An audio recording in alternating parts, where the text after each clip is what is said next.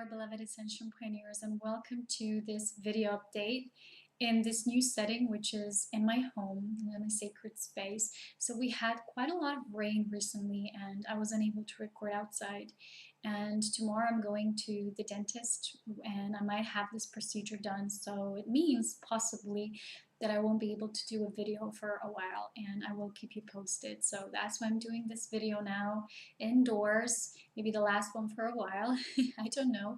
Life is just so unpredictable. It's really the things that are so unsurmountable that surprise us so many times, and we are constantly faced with new things and opportunities to expand and things to accept. So I've been really moving myself to this pure acceptance. And as you can see, I'm wearing my new glasses, which is something new. And this is something about me. And I do share this more intimately now in the sacred space on Instagram, which I'm totally enjoying and loving. And I hope to see you there as well. And the thing is that I always had glasses since I was a little girl. I think I was 3 years old. And the condition that I had was very interesting, because they say that it's supposed to be genetic, and nobody in my family had this. And it was very funny because they always told me, oh, you know, you have a pointy eye and this and that. I was like, what? You know, when they perceive you like such and such. So the thing is that I didn't really have glasses for a while now, for a few years since we moved here to the mountains, because I lost my last frame of glasses just before moving here. And back at that time, I didn't want to go through buying new ones, and it was just so expensive. And I just said, okay, I'm going to try it for a while to be without them. But I really love to drive, and you know, when you're driving, you really need to see all the details. So lately I've been going through this stage when everything in my life needs to have a more physical approach, because the reason why I'm mentioning all this to you is because all of us now in our ascension are moving through this state when it's really time to be clear with ourselves. You know, we're having these alignments also astrologically with Neptune, which is about disillusionment.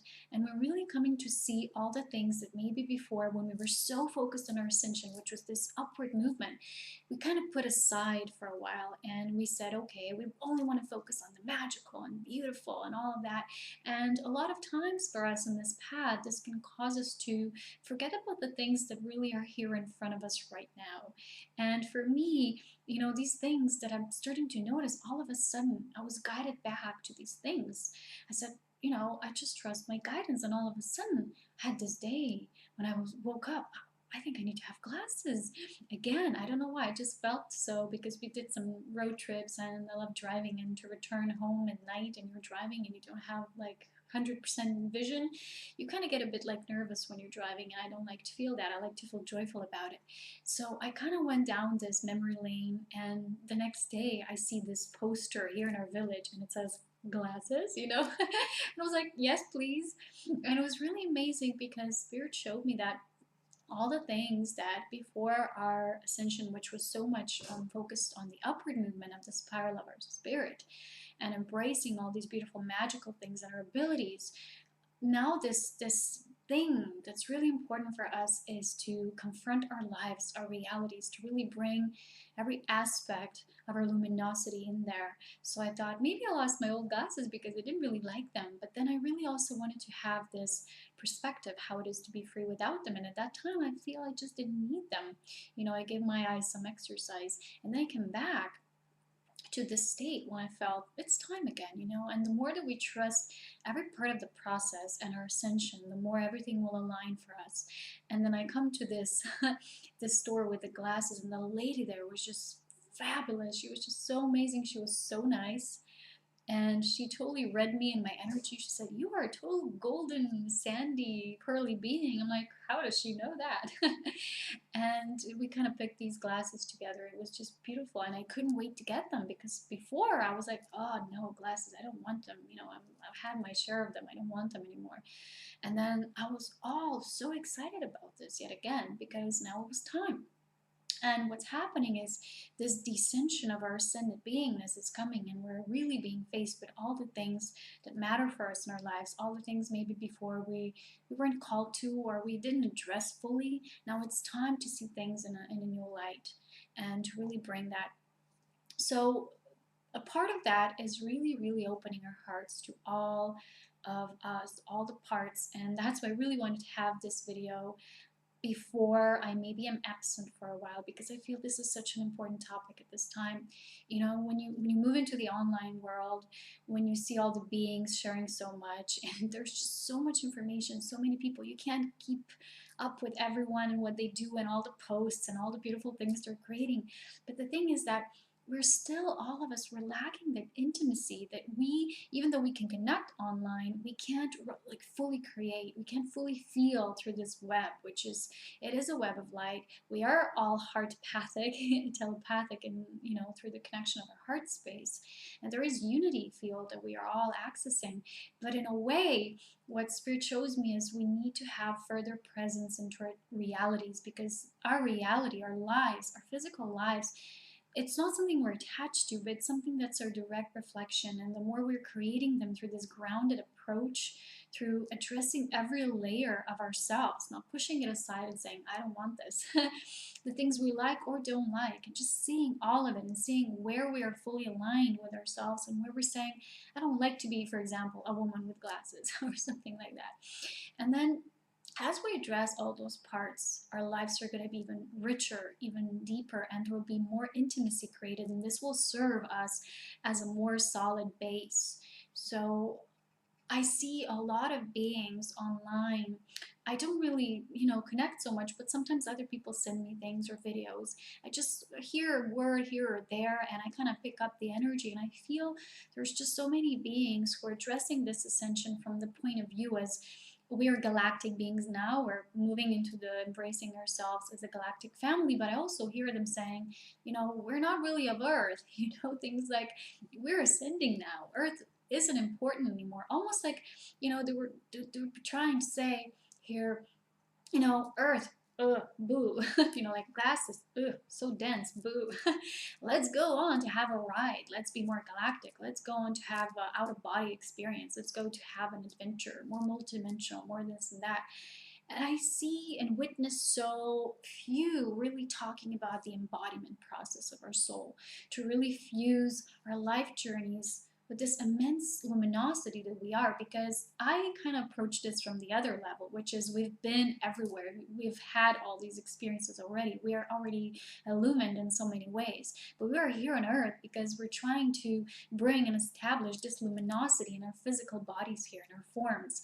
And although we still have challenges, oftentimes we have these things like, you know, let's take my example of being born. Certain things when we were born, we couldn't predict. Like I couldn't predict, or, you know, the exact timing of the birth is chosen, but you can't always predict the things that were occurred during the birth.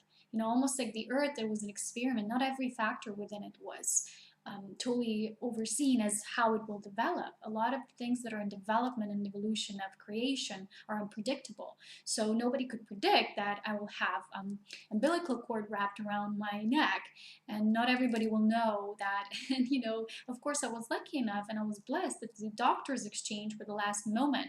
So the doctor that was really good at that time said, come on, you know, last seconds, you know, before this baby, you know, can even make it alive. And it was like, wow, you know, and it happened and I made it alive. But obviously what I was shown later, this did cause some nerve damage, and that's why I had this left eye wasn't, you know, completely perfect in my vision.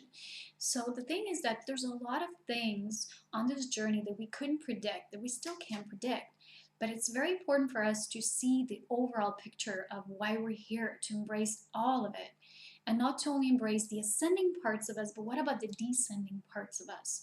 So, as you know, I talk a lot about the journey of ascension pioneers. As you know, truth is the absolute, which is beyond all the journeys, beyond all paths. It just is, it's the absolute. But we always are in flow within the movement of, you know, between the all and the absolute and the personal. And there's always this cosmic dance, you know, this intertwined infinity symbol nature of our being, which moves us in and out of source, in source, out in creation, and always in flux like this. So we always move between the two. And our path is integration. Our true ascension, which is also descension, and I explain this in my mastery courses if you're called to take some of them. this is really a journey of cosmic love integration. So in truth, it's very simple. And all these heart complexes we've had, we've been there, done that, tried to mentally ascend, tried to understand all these concepts. And we have this, it's already within our DNA. But the missing component oftentimes was this cosmic love. And love is like the glue that brings all these other aspects together. So when a being, which is on the ascending spiral, starts to awaken, they start to really remember the simplicity of love, and they kind of start to integrate every aspect of who they are. It's almost like bringing every aspect back into your DNA. It's like making the DNA refined and perfected once again. And I do explain the process of soul refinement in one of my courses. I think it's the one on soul alchemy, I hope, not to mislead you. But the thing is that so often I see still aspects of duality and separation coming from others who are not maybe fully seeing this whole picture of cosmic love integration. The most beautiful description that probably was offered to us is from Lisa Royale's the Prism of Lyra book, which really describes this journey, or where we are now as humans. And we can't run away from that. Like, we can't run away from relationships. It's what really pushes us into uncomfortable zones that we don't always maybe like, but they bring out so much acceptance and self-love and that healing, which is not a journey, it's not a goal, but just happens automatically the moment when we are confronted with everything that life gives us. And remember, life is spirit, spirit is life. So we are on earth for a reason. We are here, and as we're ascending, don't forget that we're also descending, which means that every aspect of your higher self will want to have that experience of moving from the vertical, and also not moving from here to there and now being just here, but merging so you can be like a spiral that goes across time, across dimensions, and you are coexisting simultaneously so many places, and you don't even need to have an out-of-body experiences, because everything you're feeling is already here. It's in your cosmic heart, which is a space of your celestial wings that wraps you all around here, and every aspect of yourself that you continuously accept and embrace and invite back into your whole integration self, your integrated cosmic self, is just naturally floating back. And it's no longer just this game of seeking source, seeking enlightenment. It's more like realizing that we already are that. We've on so many levels. But if we're still feeling stuck on this planet, if we're still feeling we can't fully love ourselves, embrace ourselves, it can be sometimes this questioning of, then how does enlightenment, really come into connection, into alignment with this? It's really for us to live it. That's the whole nature of integration through cosmic love. It's to feel our enlightenment. It's not to say we're enlightened, but then in our daily reality, we're not really showing up. We're not really owning everything that we think, say, do. There's a lot of habitual patterns within ourselves that we're still playing as these games that the ego has created, that we have created on a higher level to have an understanding what the ego is, so we can later create it as an enlightened ego, which is that enlightened persona self, which serves us to drive these vehicles that we have as our bodies, because our heart resides in our bodies. So therefore our bodies are so important. They're our home. Your first home is your heart, and then it's your body, and then it's the first sacred space from the outside of you, and so on and so forth. So a lot of times we forget this, and we always want to be just in the light body, but we don't always know what that means and how to merge the physical with the light body form. So it's more like an integration process that's occurring with this ascension, and it's not this or either this or that. It's a synthesis, it's a unification process. So that's how spirit shows me. And whenever I see someone playing out or showing just one perspective, I know that they're not yet seeing the whole, which is okay. But we need to be able to, on this journey, to embrace all aspects, and it begins with us. So I'm going to start up by explaining that for a lot of ascension pioneers, this journey of ascension will be kind of like the opposite of what most people are experiencing when they're ascending the first time. So when you're an ascended soul coming down to serve with what you already know, with what you've already accomplished and mastered, and then you just kind of are the cultivation of that force of how we're ascending in our physicality for others, the wave of souls who are moving through this as well. for you, it will be probably the opposite, because it's how it was for me. And I needed to learn this through my own authentic heart truth. That's why nobody else can have it for you, because you're going to be on your own spiral of the I amness, you know, and that's why you need to figure things out by yourself through spirit. Your first communion and devotion is to spirit, and then all else flows, and then our relationships stem and come from there. So I've learned that for me, that's why it felt so different, because I've already mastered universal love. I've already had this love of service, of allness, of unity. And then I came into this body in this physical form, and I also needed to learn that physical human needs are also important, that part of me is human, part of me has specifics that are just attributed to the human beings, that I'm also an earthling, you know? So a lot of beings, they talk about ascension, they talk about it like, I'm not an earthling, I'm an ascended being, I'm a galactic citizen. So what is Earth? Why are we excluding it out of the game? Almost like Earth is not divine, just like every other planet or star or any kind of being there is. So I see this plays out because we have lack of understanding of allness. We're here to bring light into even those aspects we kind of forgotten about. You know, we said, okay, we don't understand integration and what it means, and it can only happen through love.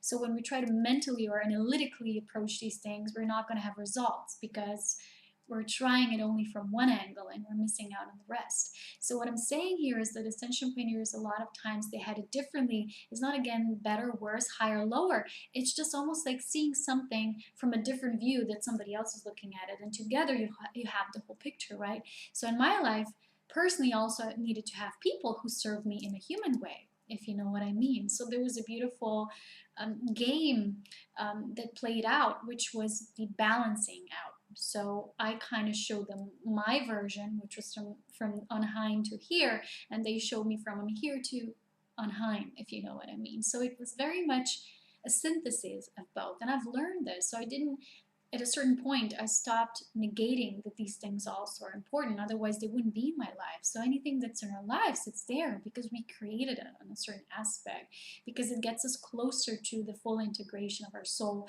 So it's really time to wake up to this truth. And I've been constantly addressing this in my videos, and I could go on and on about it, but it really begins with us, because nobody will claim this, nobody will own this truth, but our own awakening, our own inner illumination.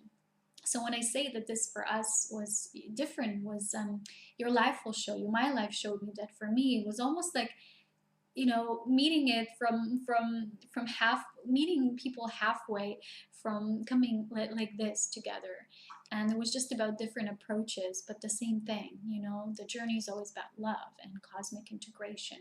So I've witnessed this in my own self, and all that we really need to know is how we travel this spiral of spirit, how we are integrating, what's our own unique perspective within the whole, because it's all already absolute, it's all already enlightened. But what are we choosing through our own unique integration to contribute? What is our own gift within that scope?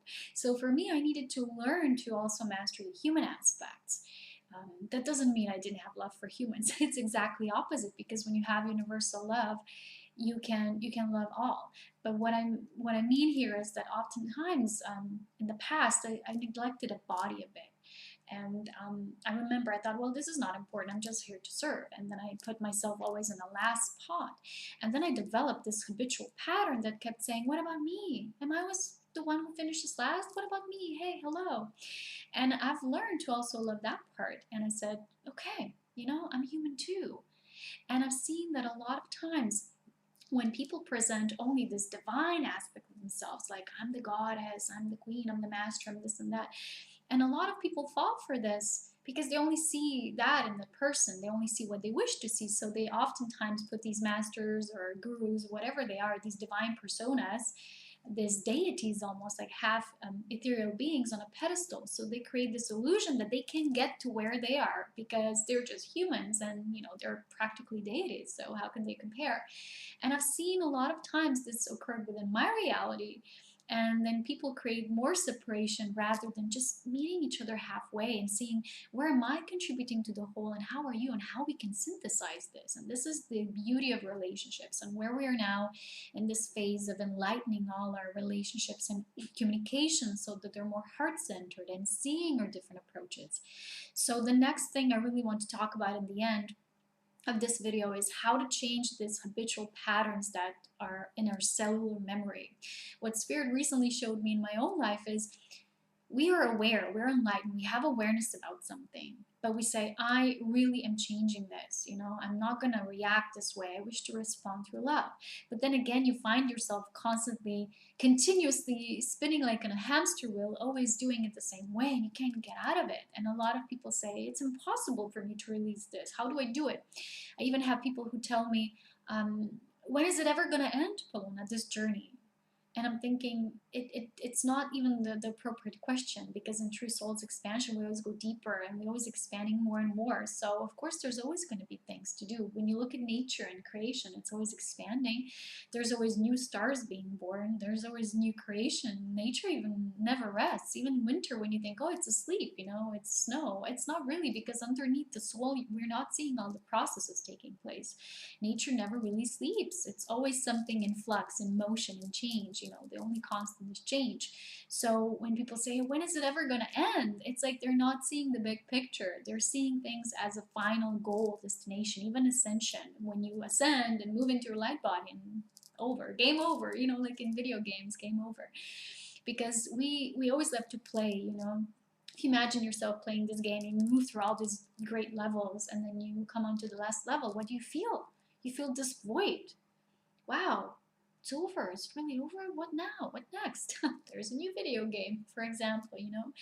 There's always more. But to change these habitual patterns that sometimes make us feel like we're living in the world of repetition, you know, like the movie on Groundhog Day, when the man always woke up to the same day. It's kind of something like that. But the fact is that we don't know, because we don't embrace the full embodiment process yet, that we have to do the actual work. It's almost like working out, you know. I've had this example with people wanting to lose weight, and all they do, for example, is stop eating a certain type of food, or, you know, processed food, or whatever it is. But after, let's say you had quite a lot of weight that was excess weight, and then you lose it, your body drops it. You have a lot of, you know, skin that is flappy, and all these things in your body then also needs to get in shape. It needs to adjust this new energetic frequency you've stepped into. So it's an overall process that doesn't just consider the fact that you've now changed your diet. It's so many other things that are a part of this process. So changing our habitual patterns also means to do the workout, you know, to physically engage in the processes. You know, we have the awareness, oh, you know, I always react this way. Why do I do it? How do I change it? And then the situation kind of plays out again, maybe a different way, different setting, different people, but it's the same habitual pattern that's within your cellular memory. It's the memory of your cells, and that's all they know how to do at that time. So it's the consciousness of your body. So I'm always telling you, it's the body that we came here to enlighten. Our soul is beautiful. We've remembered. We're heart-centered. You know, those of us who have remembered who we are. And the thing is now that awaits is this task of descension. And I've said this, and I explained this in my self-mastery course on Ascension and self-empowerment, that Ascension is a threefold process of this awakening and then descending and then radiating back out again, which is this luminescent self that just penetrates through when you really are a glowing being. You have this halo like they drew saints and masters that way. So this means that this physical muscle, sometimes we will be asked to approach things differently, to engage in even exercises that are physical, they're mental, they're meditative exercise. One example that I was shown was when you have a reaction, when you respond always the same way, and this is something you really wish to change, but it's not just a wishful thinking process, right? And you don't know how to do it. And you ask other people, you ask for advice, you really want to do something, and this is the starting point. But your soul will show you situations in life, and these are your testing grounds. But you're not seeing it always, because when you're in the moment, and you're having that outburst, you're in the middle of that tantrum, or your outburst, or your reactive mode, you're not getting it.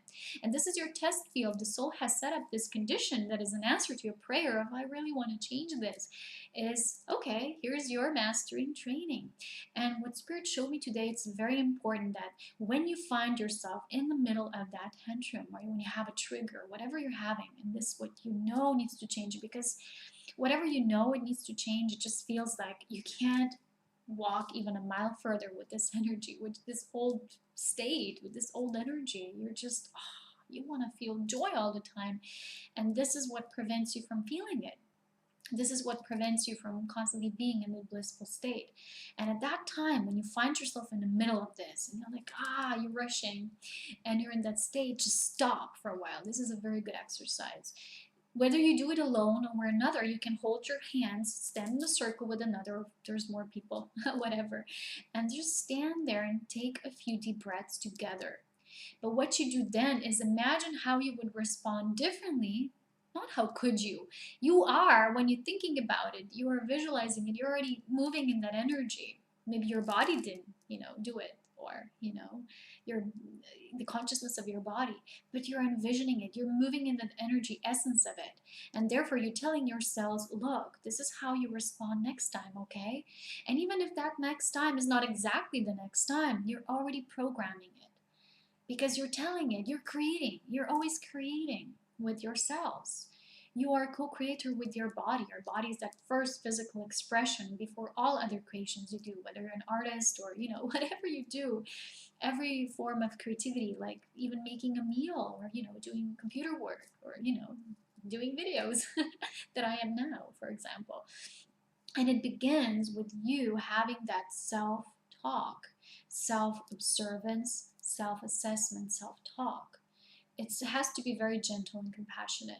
So when you have that moment when you're like, I'm just doing it like always, or example, you move into anger and you respond with yelling or not saying nice things, or these are just habitual patterns. Let's remember, these are our triggers that then cause these almost like playing out of the game that our cells used to know for eons and eons. And even if that was the body or the reactions of our ancestors, we're still the ones who are experiencing it. So it's us doing the work. It's almost like having that physical workout, right? And this is how we get that tonus. This is how we get into that being a powerhouse of spirit. And the first thing that's really important here is also to admit to yourself that sometimes you just don't know how. And the moment you release, Spirit will show you, like it showed me, that it's important that you do it right at the time of when you move into that reactive state. Because later you say, okay, in the evening I'm going to meditate about it, or later. It doesn't cost anything to have that minute or 5 minutes or 10. The more the better. But anything that we put out energetically and imagine, envision, move into a space, let's say when you envision a different energetic response, you're already telling yourselves how to do it next time. And next time is now, of course, because you're doing it now. I'm not postponing it sometimes in the future. But you are telling them, look, this is me. This is how I wish to live from now on. This is my choice. And even if your body didn't choose it at this moment, it chooses it in this new now moment, if you know what I mean. So one thing is to be enlightened in your mind. And the other thing is to bring it into every cell of your being, so that we can be the pure, joyful, compassionate, radiant beings who are like jumping in joy and sharing with each other, and sharing through love, not through these egoic clashes or battles or miscommunications, which still are occurring because we didn't yet develop the full heart empathy within ourselves that therefore then we can give to others, because we can only love as much as we love ourselves. So the unconditional self-love and acceptance, and what you can offer to another, which is your first mirror outside of you, then we're expanding into universal love. So it's almost like steps. And for a lot of us Ascension pioneers, this journey has been from universal love, becoming human. Wow, linear? Wow, really? In this body? I feel so limited. That's how I felt on my life. Like I have so much energy, but I have this body, and oftentimes I forgot, and I pushed myself to the extremes that I was just like, so exhausted. And I always said, but it's okay, because I can do it, because my spirit is so high. And a part of me didn't embrace that I'm also partially human, and that this body has needs, and it's not always in this hyperdrive mode, and This is what we're doing. This ascension, is this integration of our ascended state, of our descension, moving it into every cell of our being. And this is where the journey really gets miraculous and beautiful. And this is what gets us into that new world that I talk about as living in a miraculous world, which is the simplicity of our daily reality, but we perceive it differently because we've stepped into this whole new reality we create through different choices. And it's important that every energetic exercise we do it now. A lot of times we say later, later, and things pile up, and then we see them as a goal, like a project, and it gets like, ooh, I don't want to get to that because it's just too much. Do it. Do everything you do. You know, there's only now. I've witnessed people telling me, okay, maybe you would have a relationship with me when I grow up in a few years. I'm like, I don't know you then. I know you now. For me, there's only now. I don't know what happens then. So when I say you're programming yourselves through love, is when you infuse them with this infusion of love. So when you're envisioning a different response that you would love to create, even though you felt, oh, I wasn't capable of creating in this moment, and then instead of moving into judgment, like, oh, bummer, I did it again, shoot, rather move into this compassionate state of, I'm just like master in training. I'm doing it now, although maybe the experiences don't always mirror, but the essence of it is here, and I'm tuning into that essence, and I feel it's moving into every cell of my being, and that's what's really important. So the self-acceptance means that you embrace yourself in every aspect, every layer of being, and you don't present anymore these concepts of you that are only partial. You are all of it. We are all of it. We don't need those partial concepts anymore. I can say I am the little girl in me likes to, have these joyful, expansive creation experiments and experiences. And the woman in me is so passionate about this expansion when I have this awakened wise woman as well, and which is this grandmother, and all of these aspects merge and they create this beautiful essence, the space of all of me, which is no longer need to be put in one box to be just this or that. So it's time to really grow up. Spirit told me it's really time for Ascension Pioneers to grow up into their sovereignty, into seeing it all, into embracing all these aspects, and to truly know that we're here to love, and that love will give us new opportunities, new ways of responding, not reacting, but we need to be willing. If we're lazy, if we are just nonchalant, if we don't want to do the workout, then we can't expect to have this beautiful new merging of our light body with our physical form. So this is what I have for you today. I hope I will be able to be with you soon. If not so soon, then of course still soon, because all is in the now. And do stay updated as always. And like I said, there's many beautiful mastery courses, light activations, and spirit attunements on my page, Set Up Being a Light. You can also always donate and support what I do, what I share. And you're most welcome to share with me as well, or ask anything about this journey of ascension. So take care with so much grace and beauty, as always, with love, wisdom, and power. Take care. Bye-bye for now.